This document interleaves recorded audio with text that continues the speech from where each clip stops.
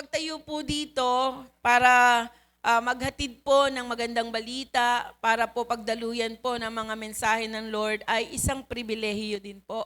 No po? Kasi yung isang katulad mo, yung isang tao na gagamitin niya bilang mouthpiece para pagdaluyan po ng kanyang mga salita.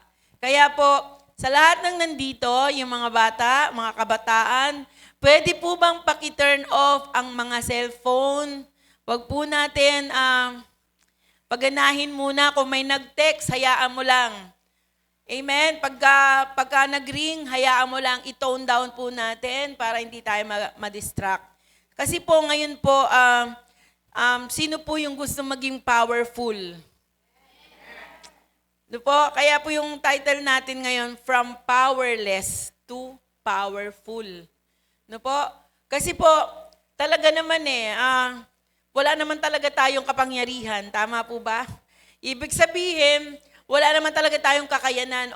Yes, kaya natin yung iba, kaya natin gawin, or kaya natin, dahil may talino, may binigay na talino ang Diyos, pero iba pa rin po yung marunong lang sa may power. Amen po?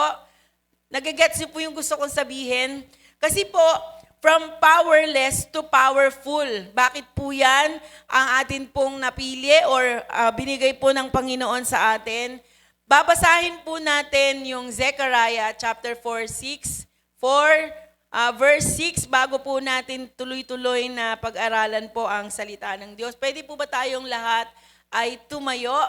So, ang sabi niya po dyan, "So he answered and said to me, this is the word of the Lord to Zerubbabel, not by might nor by power, but by my spirit, says the Lord of hosts." Amen po ba? So pwede na po makaupo. Ulitin ko po, this is the word of the Lord to Zerubbabel, not by might nor by power, but by my spirit. Amen po. Sino ba si Zerubbabel? Ako ba yan? Ikaw ba yan? So sinasabi po dito, baka sabihin niyo po sa akin, pastora, kay Zerubbabel po yan sinasabi. So sino nga ba si Zerubbabel? Bago po tayo magpatuloy, bigyan natin ng konting background. Sino ba si Zerubbabel? Si Zerubbabel po ay anak ni Haring Jeconia. Kilala niyo si Haring Jeconia? Basahin niyo po yung 1 King and 2 Kings. Nandiyan po sila. Sila po yung mga naging hari po ng Israel. Ito yung mga 10 tribes o yung mga humiwalay. So, si Zerubbabel po ay anak ni Haring Jeconia at apo ni Shealtiel. Ang hirap ng mga pangalan ng mga Bible names, no? Shealtiel. Siya yung kinikilala o tinalagang governor ng Judah nung panahon nila. Nung panahon sa ilalim po ng Persia. So, mababasa natin yan sa Ezra chapter 2. Kaya po mahalaga po na pag nagbabasa tayo ng Bible, wala po tayong imimiss, wala tayong lalagpasan. Para may mga preaching na nababanggit yung pangalan, at least nakita nyo po sila sa Bible, kilala nyo po kung sino sila. Okay po? So, sa Ezra 2, mababasa natin dyan yung background po ni Zerubbabel. So, makita natin na mula sa Babylonia at inatasan po siya, tinawag siya ng Lord para muling magtayo po ng templo ng Jerusalem. Okay po? Para magkaroon lang tayo ng background. So naranasan niya po yung, habang tinatayo niya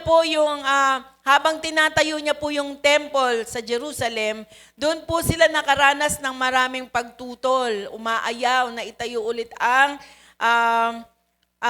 templo. So, pumunta tayo ng Ezra, chapter 2, chapter 3, hanggang chapter 6, nandyan po yung background niyan. Basahin niyo po para mas maintindihan niyo po. So, makita natin dito na sa kanyang pagtatayo, parang, syempre, ikaw may project ka, tapos maraming mga distractions, maraming mga umaayaw, ginugulo yung ginagawa mo, magiging discouraged ka. Mawawalan ka ng ganang ituloy. Tama po ba ako dyan? Ako lang po ba yung nakakaranas ng ganyan, nakakaramdam? Siyempre, pagka may mga nanggugulo, nang iistorbo, wala ka sa focus. Amen? Kaya nga po dito sinabi yan ni Yahweh. Sinabi niya po kay Zerubbabel, not by might nor by power, but by my spirit. Amen po ba? Sinasabi po sa atin yan, hindi lang po kay Zerubbabel, kundi even po sa atin sa mga panahon natin po ngayon, kinakausap po tayo ng Lord. This is the message of the Lord sa atin po lahat, na hindi sa ating mga lakas, hindi sa ating mga kapangyarihan, kundi sa pamamagitan po ng banal na Espiritu. Ng Espiritu ng Diyos. Wala po tayong magagawa kung wala po tayo sa Panginoon. Kung hindi po tayo bibigyan ng lakas, hindi tayo bibigyan ng kapangyarihan, kahit wala po tayong magagawa. Kasi iba po yung lakas na binibigay ng Lord, na kahit may mga distractions, kahit mga discouragement, disappointed po tayo, dahil nandoon ang pagsama ng banal na Espiritu, nandoon yung kanyang encouragement, nagpapatuloy po. Sa buhay natin, walang mga pang-asar. Tama po ba ako? Walang mga hindi nang aasar. Amen? Parang kakambal na ng mga tao yung mga pang-asar. Sino yung mga mapang-asar dyan? Ala. Ang daming mapang-asar. Parang wala silang magawa sa buhay nila, kundi asarin ka ng asarin. Yan, bully. No po? Maraming bully. Sa panahon, akala natin ngayon lang. Pero noon pa pala sa Bible times, masama magturo. 3 nakaturo sa'yo, 1 lang sa kanya. Okay, sa Bible times po kasi, meron na mga bully na tao. Meron na talagang mapang-asar. Meron na talagang mga pinapagamit ang buhay nila kay Satanas para hindi matuloy yung pinagagawa ng Diyos. Kasi may assignment, di ba naalala nyo? May mga assignment tayo sa Lord. At madalas, hindi nakakagawa ng assignment kasi po, may mga atake ang kaaway. Amen? Kaya nga po dito, makikita natin na sinasabi ni Yahweh, sinasabi ng Diyos sa atin, hindi lang po kay Zerubbabel. Hindi sa iyong sariling lakas, hindi sa iyong sariling kapangyarihan, kundi sa pamamagitan po ng kanyang Espiritu Santo. Amen po. Kasi pag nanangan lang tayo, okay, kaya mo ngayon tiisin, kaya mo ngayon, tawag dito? Kaya mo muna siyang sige, titiisin kita, pero sa sunod, masasapak na kita. Di ba po, may ganun talaga. No po, hindi talaga pwedeng, hindi iigkas yung laman. Kasi nasa laman pa din po tayo. Amen? Kaya po ngayon, maraming hindi lang kabataan. No po, asan dito mga kabataan? Ako din, sinaunang kabataan. SK. No? Yung mga kabataan, mapa-estudyante ka man o mga out of school youth, di ba? Yung mga katatayan, mga kananayan dyan na lalo na nasa church na. No po, pinapaalalahanan tayo ng Lord na okay pong gumagawa tayo ng tungkulin natin sa Panginoon. Gumigitara, tumatambol, nagbe-bass, o kumakanta, naglilingkod sa Lord. Pero sabi ng Panginoon, not by might, nor by power, but by the Spirit. Kaya po napakahalaga na maintindihan po natin lahat, pinapaintindi po sa atin ng Lord, wala tayong magagawa kung hindi tayo sasamahan ng Lord. Yes. Amen po ba? Kasi pagka wala po ang kapangyarihan ng Lord, pwede po tayo ma-burn out. Pwede po tayong umayaw. Sasabihin mo, lagi na lang ako. No po, o kaya minsan, nagiging dahil siya lagi yon, kaya parang feeling niya, siya na yung parang siya na lang yung pwedeng gamitin ng Lord, wala nang iba. Kaya parang medyo mataas ng lipad niya. Amen, di mo na siya kayang abutin. Kaya po dito, minsan may mga kinakaharap po tayong mga mabibigat, mga malalaking challenges. Minsan nade-delay yung mga trabaho natin sa mga school or yung mga assignment natin, yung mga projects natin sa school, minsan delayed. At maging sa mga relationship, minsan nagkakaroon din po ng struggles. Kaya po tinuturuan tayo ng Lord natin ngayon na Hindi sapat ang talent, ang resources o ang sariling determinasyon para mapagtagumpayan natin lahat. Kailangan po natin ang spiritual na paggabay at kapangyarihan ng Diyos. Amen po ba? Sino po yung nangangailangan ng guide ng Holy Spirit? Palakpak natin sa Lord. Kasi pag sinabi natin hindi na natin kailangan ng Lord, super ano ka na talaga? Supernatural ka. Amen? Si supernatural ang Lord lang. Kasi ang Diyos hindi nauubusan. Tayo po pwedeng maubusan. Amen? Kaya po, ito ay pinakamahalaga na matutunan natin na wala po tayong pwedeng ipagmalaki. Kung ano man meron ka ngayon, talent, resources, ano pa, plano, mga material things na meron ka ngayon, huwag mo yan ipagmalaki. Kasi lahat yan galing po yan sa Diyos. At kapag yan sinolo mo, mananagot ka kay Lord. Amen? Kasi po, tatandaan natin, ito po, hindi po out of topic po to. Lahat po tayo ngayon dito katiwala lang ng Diyos. Kung ano man yung hawak mo ngayon, ano man ang meron ka, talino, yaman, kapangyarihan, lahat po yan, bigay lang ng Lord. Pinagkakatiwala lang po sa atin, kaya po dapat mabuti po tayong katiwala. No po? Ang pagiging mabuting katiwala, hindi ka lang umaasa sa sarili mo lang na talento, hindi lang sa sarili mong lakas o sa sarili mong idea, kundi hihingi ka pa din ng guide sa Lord. Lord, anong gagawin ko? Ito ba ang tama? Si Zerubbabel, isa po siyang leader. Sa lipi po siya ng Judah. No po? At makikita po natin na si Zerubbabel po, hindi man po siya hari, pero meron po siyang katungkulan. Kaya lang dumating ang distraction po sa kanya dahil tinututulan yung pagtatayo nila ng templo sa Jerusalem. Kaya po, dahil po doon, nadidistract po siya. Kaya sumagot si Yahweh sa kanya, Zerubbabel, hindi lang sa lakas mo, hindi lang sa kapangyarihan mo, kundi sa kapangyarihan ng Espiritu Santo ng Diyos, ng Espiritong Banal.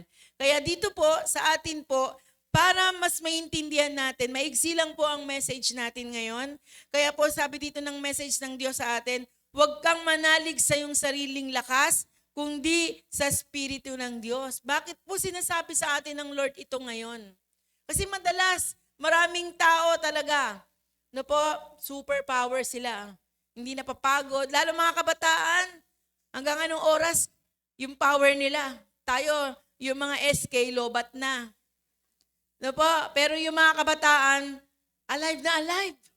Bakit gano'n? Sa madaling araw sila gising, no? Tayo, di natin kaya yun eh. Pero yung mga tayo po, parang hanggang 10 o'clock lang, 10 p.m. No po? Mga bagsak na, lobat na. Pero mga kabataan ngayon, grabe, kahit 4 a.m. na po, gising na gising pa. No po? Kaya parang yung gabi, ginawang umaga, yung umaga, ginawang gabi. No? Para silang wala silang kapaguran. No po? Pagod na sa maghapon, hindi pa rin pagod sa gabi. No po? So, kaya po sa church, ang lakas ng church nasa kabataan, pero sana maging maayos yung lakas. No po? Kasi kaya masaya, kaya malakas ang church kasi maraming kabataan. No po? Yun ang maganda. Kaya yung mga kabataan nandito, asan ang mga kabataan? Taas nga po ulit ang kamay ng kabataan. Sama tayo doon. Parang, amen. Kaya po dito yung mga kabataan, kung matututunan natin paanong gamitin ng tama na naayon sa kalooban ng Diyos ang mga buhay natin mga kabataan, alam niyo po, mas maraming, mas lalakas ang church, mas sisigla, mas marami pong magagawa sa loob ng church. Amen. Pero wag natin kalimutan yung mga SK. Yung mga sinaunang kabataan. Saan yung mga sinaunang kabataan dyan? Taas ang kamay.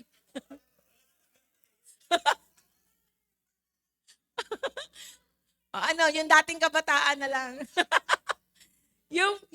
Kami po, wag niyo pong kalimutan. Kami kasi ang karunungan ng church. Amen. Kaya hindi pwedeng lakas lang. Dapat may kasamang karunungan. Amen. Kasi pag puro lakas, walang karunungan, wala din pong saysay. Kaya po dapat magkasama po yan. Amen? Kaya yung mga nanay at tatay natin nandito, pwede nyo silang lapitan, mga kabataan. Amen po ba?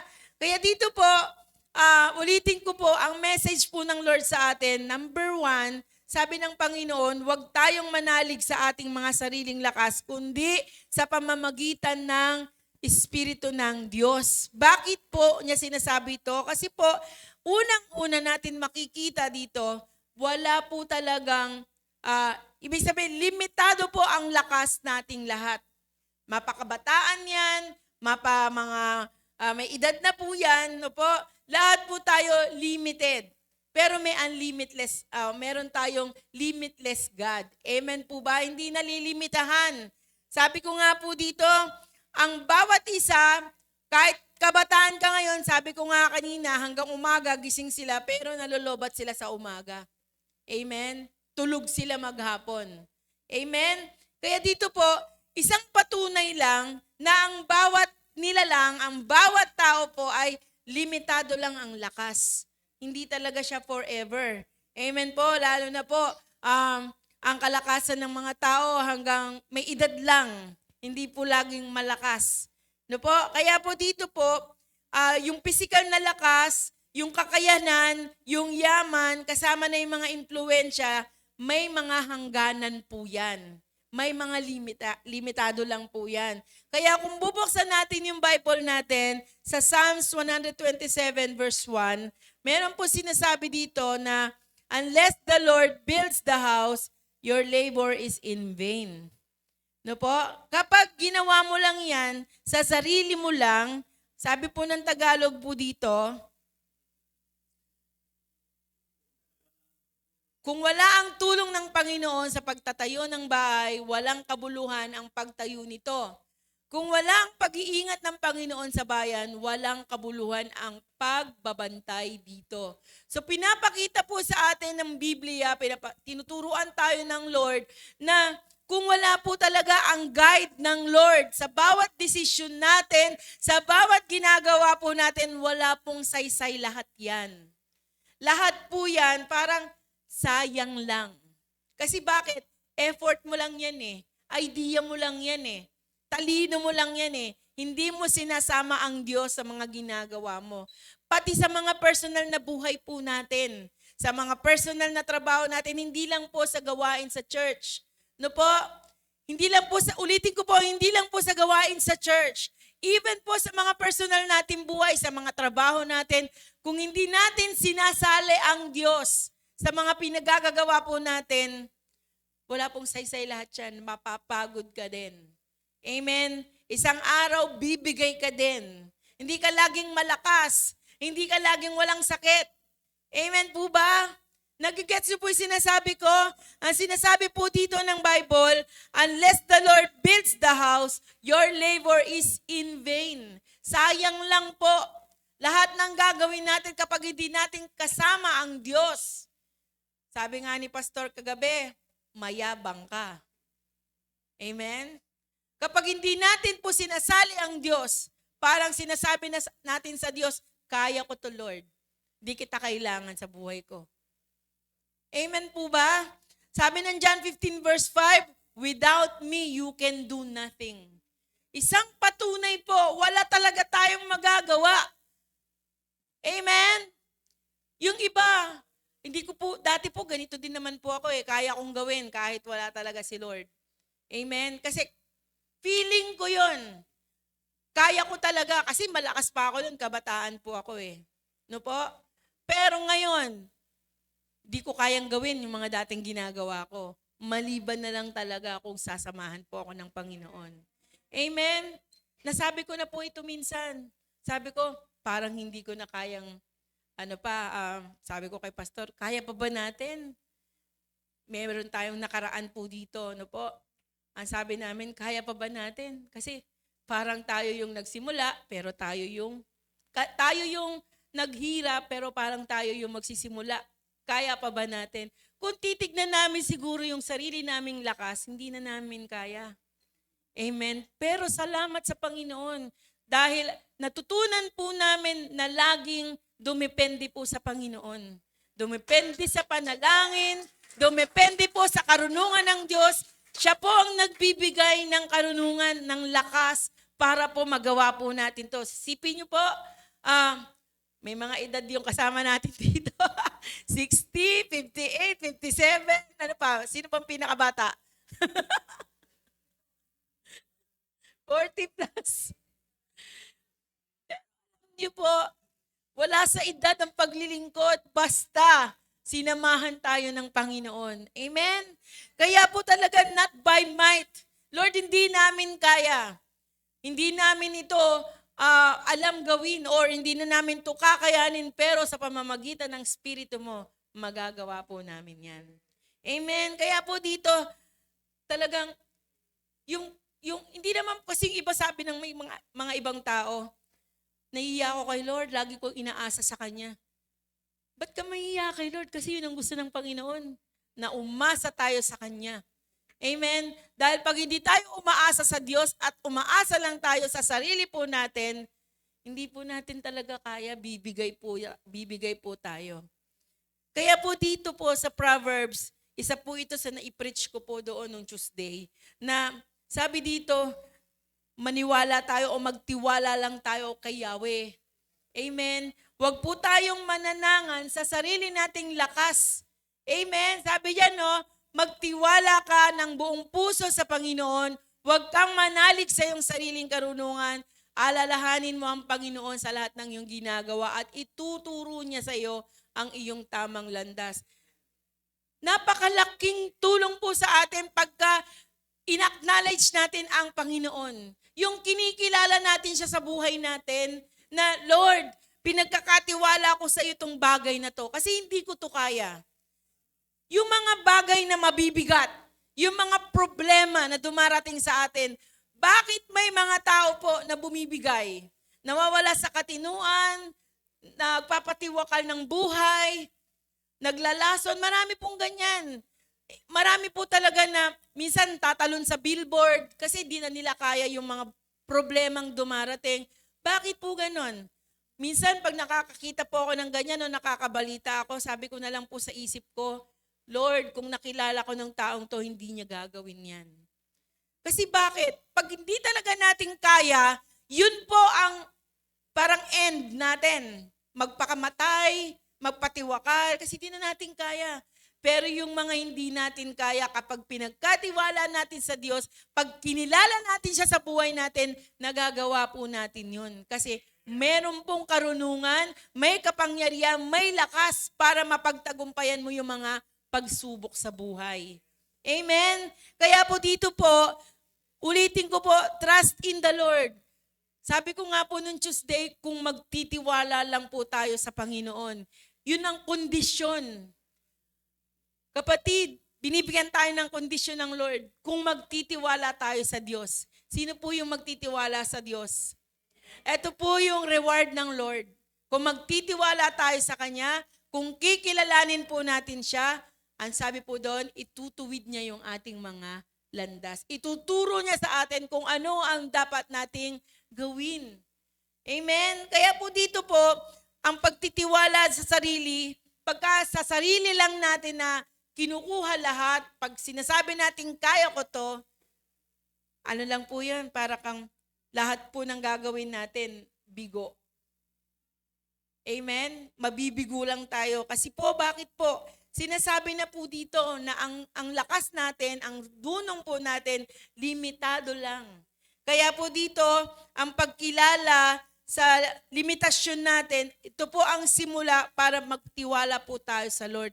Kapag inamin natin sa sarili natin, pag inamin natin sa Diyos, Lord, hindi ko kaya. Tsaka pa lang po dumarating po ang pagsama ng Lord, ang karunungan ng Diyos, ang kapangyarihan ng Diyos. Kaya po dito po, meron po sinasabi po dito na number 1, umasa tayo sa Espiritu ng Diyos sapagkat ang kanyang kapangyarihan ay walang hanggan. Kaya po tinuturo sa atin ng Panginoon ngayon, umasa lang tayo sa Lord. Hello, mga kabataan, naririnig niyo po? Sabi po dito, umasa lang tayo sa Diyos. Paano ba asahan ng Diyos? Kasi sa Diyos, pag pinagkatiwala natin sa Kanya, pag lahat inasa natin siya sa Kanya, lalo na kapag anak tayo ng Panginoon, no po, lahat po yun, i-guide niya.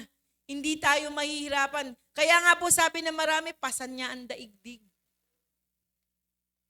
Sino kaya makakapasan sa daigdig, no? Parang anong tawag doon? Ang galing mo naman, kaya mong pasanin yung daigdig. Daigdig yan, mundo yan, ang laki po niyan. Yung nakikita natin drawing, maliit lang yan, yung totoong mundo, malaki. Paano mo mapapasan ng daigdig? Kaya ba? Sino may kayang pumasan ng daigdig? Si Sharon Cuneta. No, pasan ko ang daigdig. No po? Pero alam niyo po, hindi natin kaya yon. Maliban na lang po na ibigay natin sa Lord. Ano pong ibig ko sabihin? Sino po yung mga may dinadalang problema dyan? Sino po yung may mga daladalahing mabigat? Bigay mo sa Lord. Pagkatiwala mo sa Kanya. Kilalanin mo siya sa buhay mo at itutuwid ka niya, tuturuan ka niya kung ano ang dapat mong gawin. Amen? So ano po susi doon? Sabi dito, umasa tayo sa Espiritu ng Diyos dahil ang kanyang kapangyarihan ay walang hanggan. Pangalawa po, manalangin tayo para sa patnubay at gabay ng Diyos. Yun ang kulang ng maraming tao. Maraming tao, tamad mag-pray, no?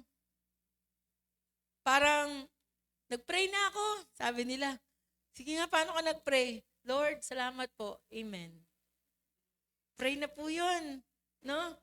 So alam niyo po ba ang pagpipray, kahit hindi naman yung nakaluhod ka o nakaupo ka o matagalang panalangin, as long as kinakausap mo ang Lord, yun ay form ng pananalangin. Amen po ba? Yung tinatanong mo siya, masaya ka, sinasabi mo yung kasayahan mo, Lord, ang saya-saya ko, Panginoon, salamat po. Yun po ay form ng prayer po yun. No po? Ang prayer po kasi ay communication with God. Ngayon po yung pag gusto mo talaga ng malalim na pananalangin, umupo ka talaga sa isang, sabi nga, sa kwarto, di ba po? At doon ay manalangin ka. Ikaw at ang Diyos lang ang nag-uusap.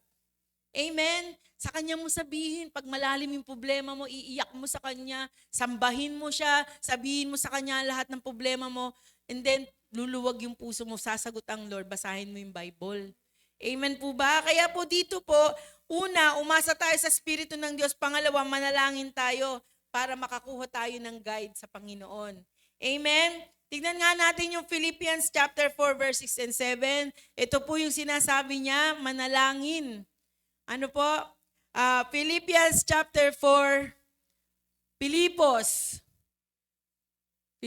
chapter 4 verse 6 and 7.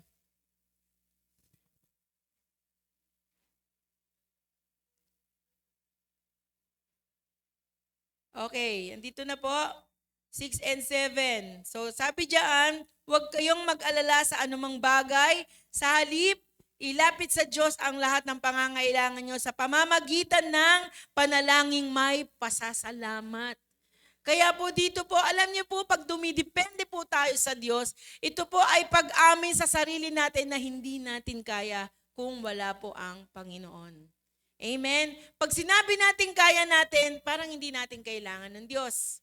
Ito po, palagi ko rin sinasabi na ang Diyos, kahit wala tayong mga tao, Diyos pa rin siya. Pero ikaw na tao, ako na tao, pag wala ang Diyos, ano ang buhay mo kapag wala ang Diyos? Amen? Paano po tayo? Kaya po dito, sabi ko nga po dito, umasa sa Espiritu ng Diyos, manalangin, sa patnubay. Tapos pangatlo po, gamitin natin yung mga talent at kakayanan natin with a humble heart. No po, marunong ka tumugtog, marunong kang kumanta, marunong ka sumayaw. Paggamit natin yan sa Lord.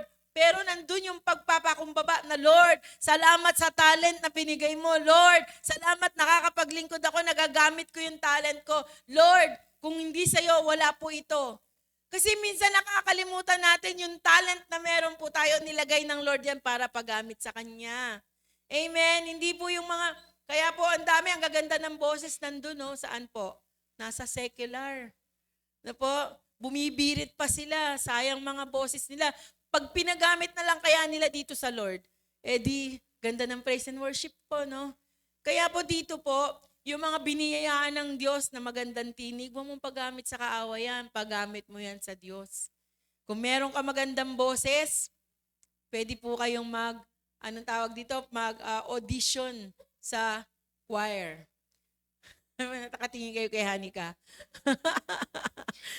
kung meron kang alam sa paggigitara, sa pagdadrum, sa pagki-keyboard, sa pagbe-bass, kung gusto mong sumayaw, may talent ka naman, sumasayaw ka naman, then paggamit mo sa Lord. Pero tatandaan po natin na pagka marunong ka, hindi mo sasabihin na magaling ako. Kundi, salamat Lord dahil binigyan mo ako ng talento. Amen? Sa pagpapagamit natin sa Panginoon, lagi natin i-acknowledge ang Diyos. Amen? Sapagkat kung wala ang Diyos, wala din po tayo. Kaya po dito, kahit limitado po ang Diyos, o limitado man tayo, pero ang Diyos na nagbibigay ng kakayanan para magawa natin sa gawain niya o sa buhay natin yung pinagagawa niya, magagawa natin kasi hindi siya nalilimitahan. Amen po ba? Kaya dito po, yung mga nandito po sa atin ngayon, maglaan tayo ng oras para magnilay ng salita ng Diyos, para manalangin po, dahil malaki po ang nagagawa ng pagbabasa ng Biblia, pananalangin, para makilala mo kung sino ka at sino po ang Diyos. Amen? Kasi hanggang hindi natin nakikilala ang Lord, kala natin tayo yung pinanggagalingan ng lakas natin. Sa kinakain, sa exercise, no? Hindi, akala nyo po ba yung matataba? Akala nyo po ba mga, healthy? Pag tinignan mo ang kaluluwa niyan, payatot. Hindi totoong mataba yan. Lalo na pag walang prayer, walang Bible, walang mga word of God, walang mga naririnig na salita ng Diyos, malaki lang katawan yan. Pero, payat yan. Konting problema lang, bumibigay. Konting ihip lang ng hangin, tutumba. Amen? Kasi po bakit?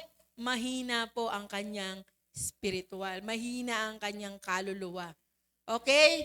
Pero yung nakikita mong payat, pero babad sa panalangin, babad sa word of God, yan? Yan ang mga macho man. Matatikas yan. Na kahit ang laki ng mga pinagdadaan ng problema, nakakatayo. Hindi sa sarili niyang lakas. Nakakatayo yan dahil sa binibigay na lakas ng Espiritu ng Diyos. Amen? Kaya po, ito po yung isang mahalaga na makita po natin, limitado po tayong lahat. Amen po ba? Wala tayong magagawa kung wala si Kristo at ang kanyang salita.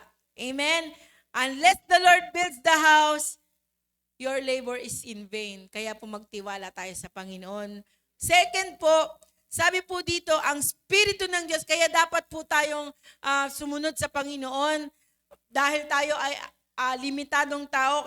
Pero ang Diyos, yung Espiritu ng Diyos, siya po ang nagbibigay ng buhay. Siya ang nagbibigay ng kapangyarihan. Amen po ba? So the life-giving power of the Spirit, andito po yung tinatawag na, sabi ng Acts 1:8, you shall receive power when the Holy Spirit has come upon you. Tatanggap tayo ng kapangyarihan. Kanino po galing ang kapangyarihan natin? Sa Holy Spirit, sa Diyos. Hindi po sa kinakain, hindi po sa tagal ng tulog. Amen. Hello. Akala ng mga tao, pag tulog siya ng tulog, lumalakas siya. Pag kain siya ng kain, lumalakas siya. Hindi po. Kasi kahit matulog ka pa ng sobra sa 8 oras, masakit lang katawan mo dyan eh. Amen? Kahit kainin mo pa lahat na masustansyang pagkain, tataba ka lang, healthy lang. Pero, tinatablan pa din ng problema. Sinong hindi tinatablan ng problema? Di ba wala? So, ibig sabihin, kahit naman po yung mga Kristiyano na tinatablan pa rin, pero magkaiba. Dahil yung Kristiyano na umaasa sa Diyos, nananangan sa kapangyarihan ng Diyos, hindi siya masyadong mabigat. Hindi po siya masyadong, Hindi po siya masyadong nag-aalala. Kahit ano na po nangyayari, nagkakagulo na yung buong mundo, pero siya, panatag siya. Bakit po? Nandyan ang binibigay na kalakas at kapangyarihan ng banal na Espiritu. Amen. Pero yung mga taong wala sa Panginoon, Ngayon pa lang, ano sabi? Hanggang April, ano yung balita? Mga false news man yan o tamang news man yan. Ang dami po ngayon, panic buying. Bakit po nagpa-panic buying? Baka nga magkatotoo yun. Sabi nga, asa ng tiwala mo sa Lord? Anak ka ng Diyos, pababayaan ka ba ng Diyos? Amen po ba? Kaya po pag ganyan, sarili nating lakas, iniisip natin, sarili lang natin, no po, yung natatakot ako, magugutom ako, walang kuryente, walang mabibiling ganun, manggagato. Why, bakit naman tayo matatakot? Papabayaan ba tayo ng Diyos na magugutom?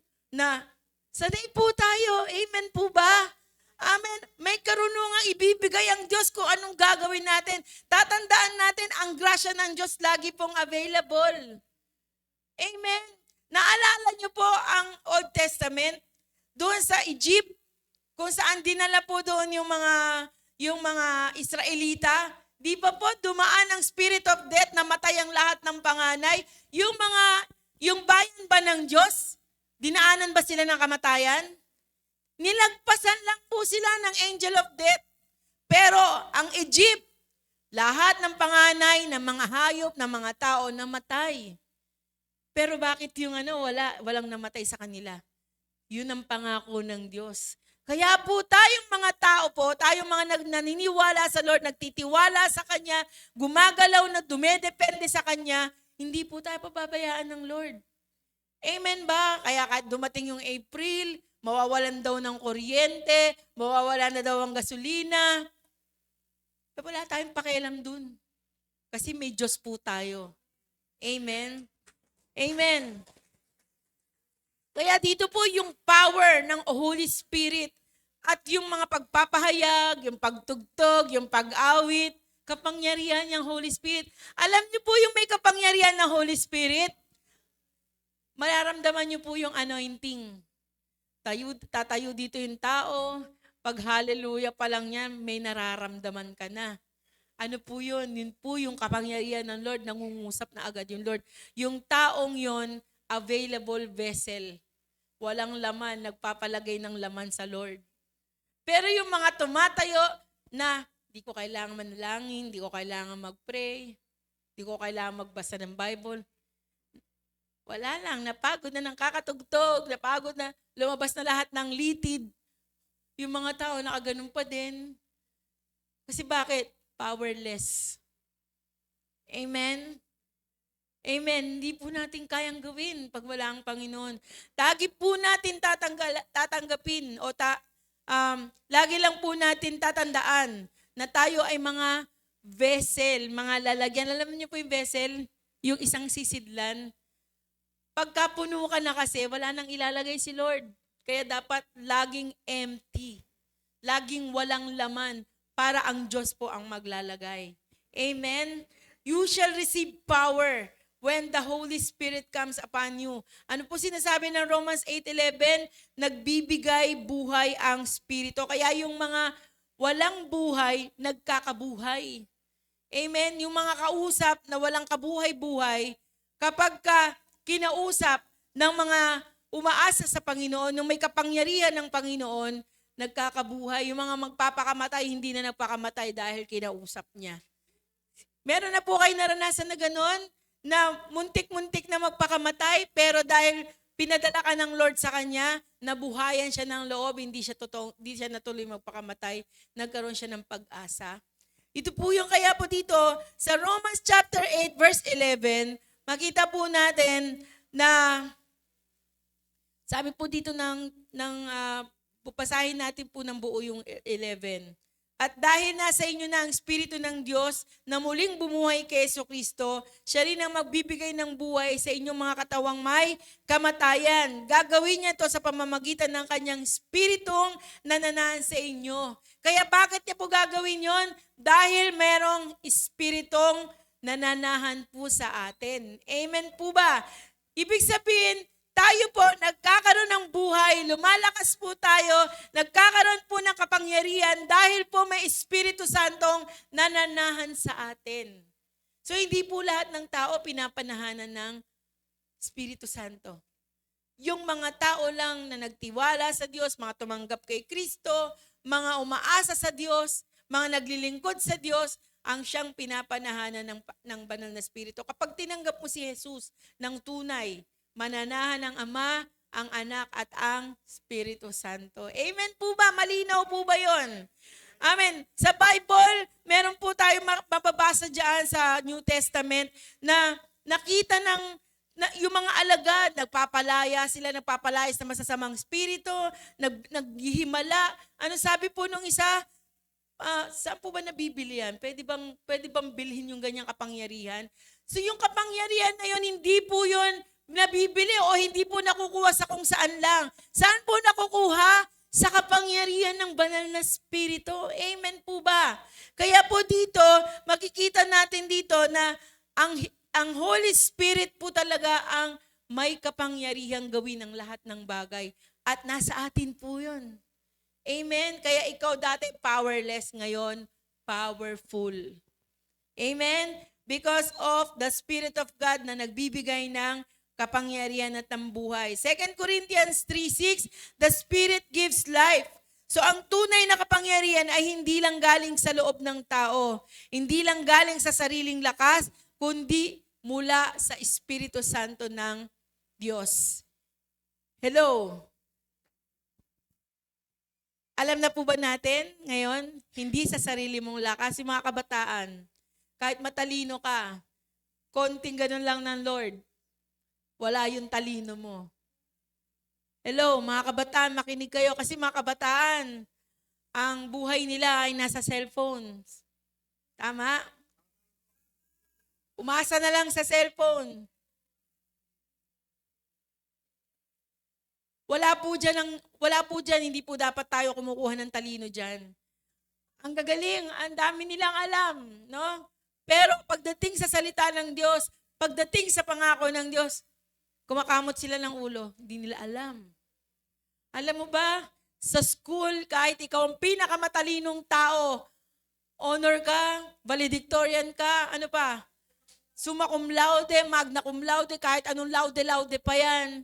No po, pero di mo alam ang salita ng Diyos, wala ka pa din, mangmang ang tawag ng Bible sa'yo. Amen? Tawag ng Diyos sa'yo, mangmang. Kasi bakit? Wala kang alam sa salita ng Diyos. Ang salita ng Diyos ang nagbibigay buhay. Hindi po yung talino na nakukuha lang natin sa mundo. Hindi ko po sinasabing masama mag-aral. Di ko po sinasabi na hindi magandang maging matalino. Maganda po yun lahat kung ilalagay po natin sa tama. Hindi lang yung talino sa libro na galing sa school, kundi yung talino na galing sa salita ng Diyos. Ito po dapat yun dahil nandito ang buhay. Amen po ba? Nasa salita ng Diyos ang totoong buhay. Kaya mga kabataan, mga kananayan, katatayan, sinasabi po sa atin ng Panginoon, hindi lang po pagdalo sa church. Amen? Hindi lang po kami ang nagbubuklat ng Bible. Sino dito yung nagbabasa ng Bible? Ay, kakonti. Parang nabilang ko lang sa kamay, wala pa 10. Mga kapatid, kayo din. Kayo po talo. Kayo po ang nalulugi, hindi po ang Diyos. Tuwan-tuwa naman si Satan. Yay! Wala silang alam. Kaya pag may sinabi ako sa kanila, paniniwalaan nila. Kasi bakit? Wala silang alam. Amen? Kaya po, alam niyo po, ito pong sinasabi ng Lord sa atin, parang ginaganyan na tayo ni Lord, sinishake na tayo. No po, kapatid, lumapit na talaga tayo sa Lord. Magtiwala na talaga tayo sa Kanya. Kilalanin na po natin siya sapagkat ang Espiritu niya ang magbibigay sa atin ng lakas, ng kapangyarihan at ng karunungan. Wala po sa libro ng pinag-aaralan natin sa school yan. Wala po yan sa opisina. Kahit ikaw pinakamayaman tao sa buong mundo, kung wala ang Diyos at ang Kanyang salita, pinakakawawa ka. Pagdating doon sa baba, hindi mo pwedeng suhulan si Satan doon. Hindi niya kailangan ng pera doon. Hindi mo rin pwedeng suhulan ang Diyos para papasukin ka sa langit. Kasi itatanong sa atin ng Lord, sa Kanya ka ba nagtiwala? Kay Jesus ka ba nagtiwala? Kinilala mo ba siya sa buhay mo? O yung sarili mo lang ang kilala mo? Hello po, nandiyan pa po ba tayo? Medyo seryoso tayong lahat, no po? So ang tunay na kapangyarihan kasi, hindi po yan galing sa ating mga tao. Hindi po yan sa lakas natin, hindi po yan sa karunungan natin, kundi galing po sa Espiritu ng Diyos. And sabi po dito last, submission to the Spirit ay essential. Ang pagsasubmit po sa kapangyarihan ng Holy Spirit ay napakahalaga, kaya essential po. Nilagay ko pong essential. Bakit essential? Hindi lang pagkain ang essential. Hindi lang tubig ang essential. Hindi lang kuryente ang essential. What is the most essential? Ito po yung Espiritu ng Diyos na mahalaga. Amen? Pag wala ang Espiritu ng Diyos, wala po tayong gabay. Wala po tayong patnubay. Wala tayong kapangyarihan. Amen. So hindi sapat yung alam lang natin. Hindi lang sapat na kaya po natin. Dahil kahit alam natin ang buong Biblia, kung wala namang pagsasabuhay dito, wala din po. O sabihin natin, nagbabasa po ako ng Bible, Pastora. Pastor, nagbabasa po akong Bible. Sige po. Pwede natin sabihin na nagbabasa ako, pero minsan yung iba, ako di ko naman po nilalahat. Yung iba naman nagka-copy-paste.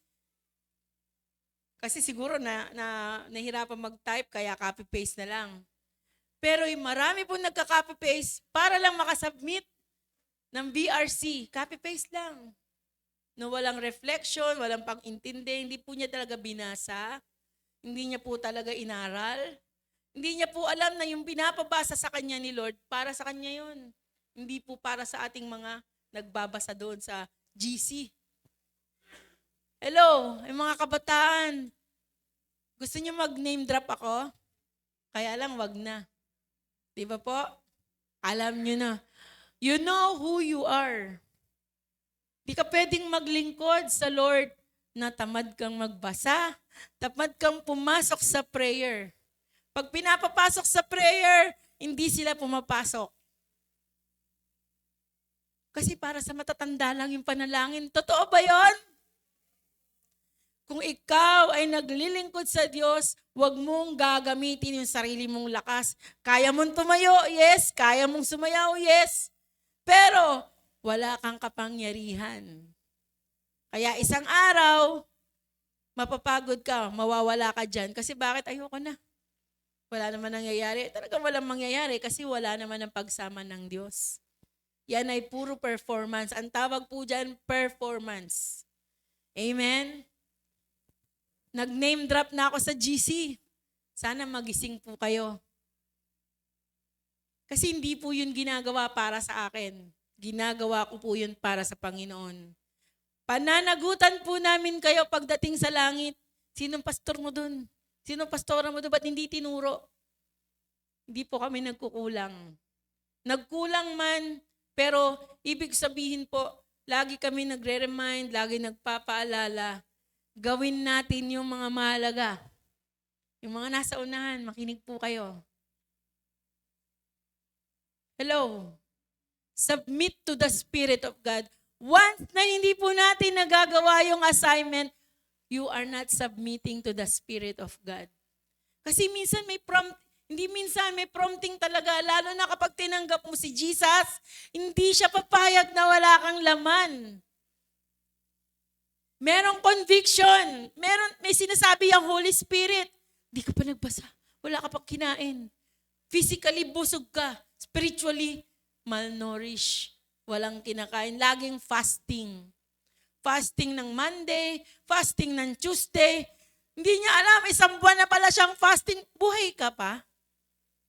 Tanong mo kapatid mo, tanong mo katabi mo, buhay ka pa?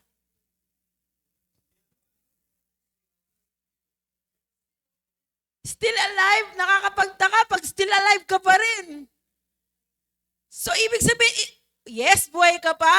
Kasi gumagalaw ka na lang by your own. At isang araw minsan tinatamad. Ayoko muna. Kasi bakit? Ginagawa mo lang kasi yan para sa sarili mo. Para mapagbigyan mo lang yung mga taong namimilit sa'yo. Hindi ka pinipilit. Kaya nga kung gusto mo maglingkod ka. Kung ayaw mo, si Lord ang bahala sa'yo. Amen? Hello? Sabi dito, mag-submit tayo sa Holy Spirit kasi essential po yan. Napakahalaga po niyan. Hindi sapat na alam mo lang ang Bible, hindi sapat na nagsiserve ka lang. Hindi po sapat na gumagawa tayo sa church, naglilingkod tayo sa church. Dahil ang buhay natin, kailangan laging nakadepende po sa kapangyarihan ng Diyos. Amen. Kaya alam mo kung sino yung tumatayo dito pag hallelujah pa lang, ramdam mo yung kanyang anointing. Yung anointing kasi yun, hindi niya binili yun. Hindi niya gawa-gawa yun. Kapangyarihan yun ng Holy Spirit na kumukonekta sa mga tao. Amen? Kaya dito minsan hindi ka lang umiiyak. Yun po ay paghipo ng Panginoon sa atin. Amen? Yung iba, akala pag umiiyak dito, akala ang dami sigurong problema nung kaya umiiyak. Hindi po yung problema. Napupuspos po siya ng kapangyarihan ng Holy Spirit. Amen? Kaya po dito mga kabataan, kababaihan, kalalakihan, sinasabi po sa atin ng Lord, mag-submit po tayo sa banal na Espiritu. Ito po yung lifestyle ng pagdepende sa Lord. Sabi po ng Galatians 5:16, walk in the Spirit. Ang paglakad po sa Espiritu Santo, ibig sabihin po, tayo po ay namumuhay sa kalooban po ng Diyos. Hindi sa sarili po nating kagustuhan. Sabi dito, mamuhay kayo ng ayon sa nais ng banal na Espiritu para hindi ninyo mapagbigyan ang pagnanasa ng laman. Napakalinaw na kapag tayo ay sa sarili lang ng lakas, sa sariling dunong, sa sariling kapangyarihan, ayan po, ano nangyayari po? Nauubos din yan. Kaya sabi dito, mamuhay ng ayon sa gusto ng Holy Spirit. At ano ang gusto ng Holy Spirit? Ano ba ang gusto ng Holy Spirit? Na tayo ay manangan sa kanyang kapangyarihan. Kasi para hindi natin mapagbigyan yung mga sarili lang natin. Amen? Pag hindi tayo nananangan sa kapangyarihan ng Espiritu Santo, mayabang po tayo. Sino mayayabang? Taas nga kamay na mayabang. Pag mayabang kasi, hindi po sila umaasa sa Diyos. Hindi po nananalangin, hindi po nagbabasa ng Biblia. Hello? Kaya sabi po sa atin ng Lord, unawain po natin po. Hayaan natin si Holy Spirit ang magdikta sa ating mga isipan, pananalita at kilos. Yan po ang mga umaasa sa kapangyarihan ng Diyos. Amen? Ang Holy Spirit ang maglalagay kung anong iisipin natin dahil karunungan ng Diyos ang darating. No po? Hindi po yung mga sinasabi natin, kasi kung yung mga sinasabi lang natin, hindi nakakapagbigay ng buhay yan. Pero ang salita ng Diyos, nakakapagbigay ng buhay. Napapalakas ang isang tao. Yung kilos natin, sinasabi natin, tayo ay na kay Kristo, pero kung ang kilos natin ay parang tagamundo pa din, nagsisinungaling po tayo. Amen po ba? Kaya nga, unawain natin na ang Espiritu ng Diyos ang nagbibigay sa atin ng kapangyarihan para po ma-overcome natin ang ating mga kasalanan, yung ating mga buhay sa Panginoon, may pagpatuloy po natin siya. Amen? To grow in godliness. Para tayo ay lumago sa pagiging may takot sa Lord, pagiging gumagalang sa Lord. Amen? Kaya dito po, sinasabi ng Ephesians chapter 5:18, be filled with the Spirit. Amen?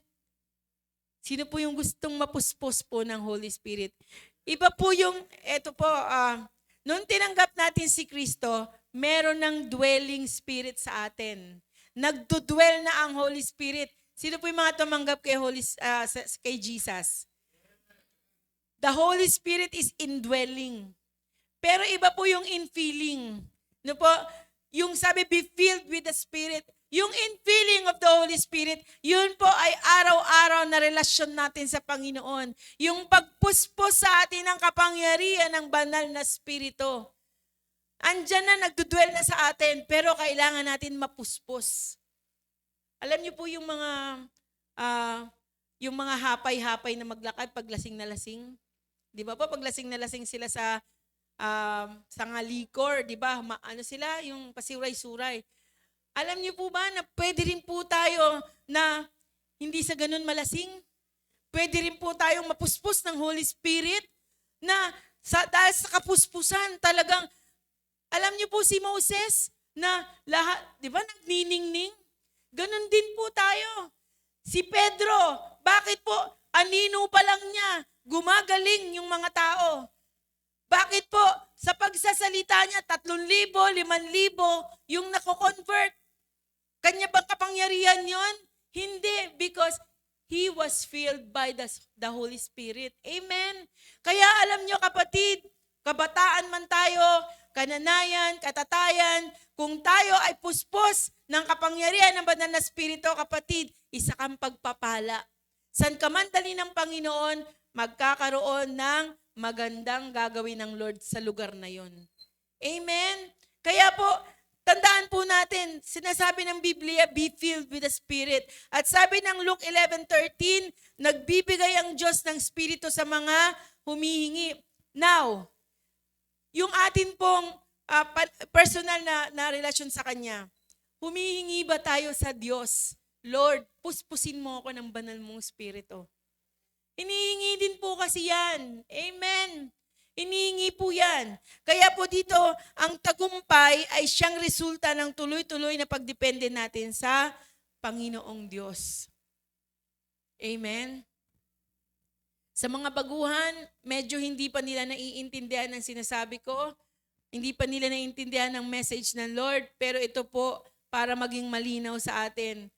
Kahit marami po tayong mga pinagdaanan, kahit bago ka lang, ngayon mo lang naririnig ang ganitong mensahe, sinasabi sa atin ng Panginoon ngayon, huwag tayong mananangan sa ating sariling lakas, sariling dunong, sarili nating buhay. Manangan po tayo sa kapangyarihan ng Espiritu Santo. Amen po ba?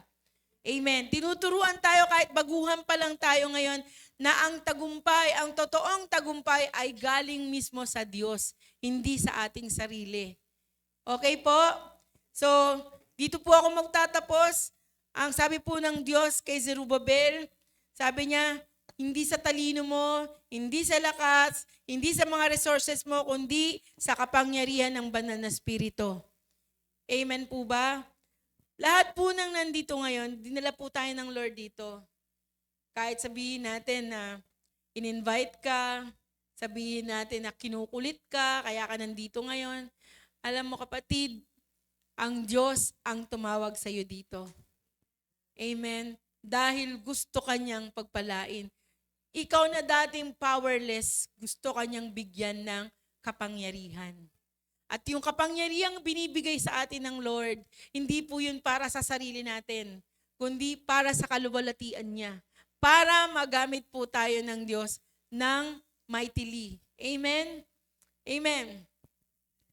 Kaya po dito po, hindi po bawal magbasa ng Bible. Sa totoo lang po, ito po ay lagi naming ini-insist. Lagi po namin kayong kukulitin. Basahin po ang Bible, manalangin po kayo. Huwag lang po kami ang pumapasok sa prayer.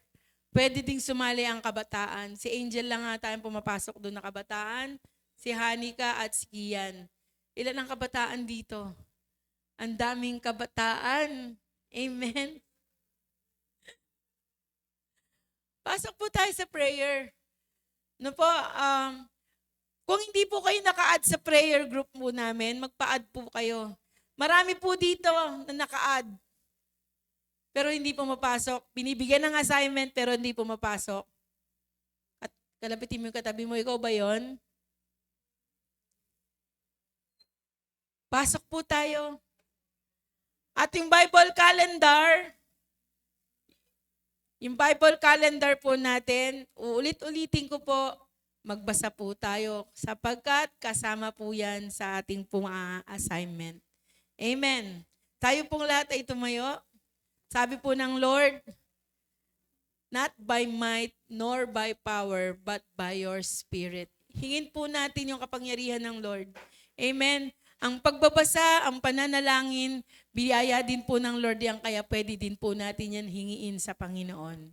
Amen. So lumapit tayo sa Kanya, magtiwala tayo sa Kanya, huwag tayo mananangan sa sarili nating lakas ng dunong, lahat ng meron po tayo, lagi po natin i-acknowledge ang ating Diyos na buhay. Amen.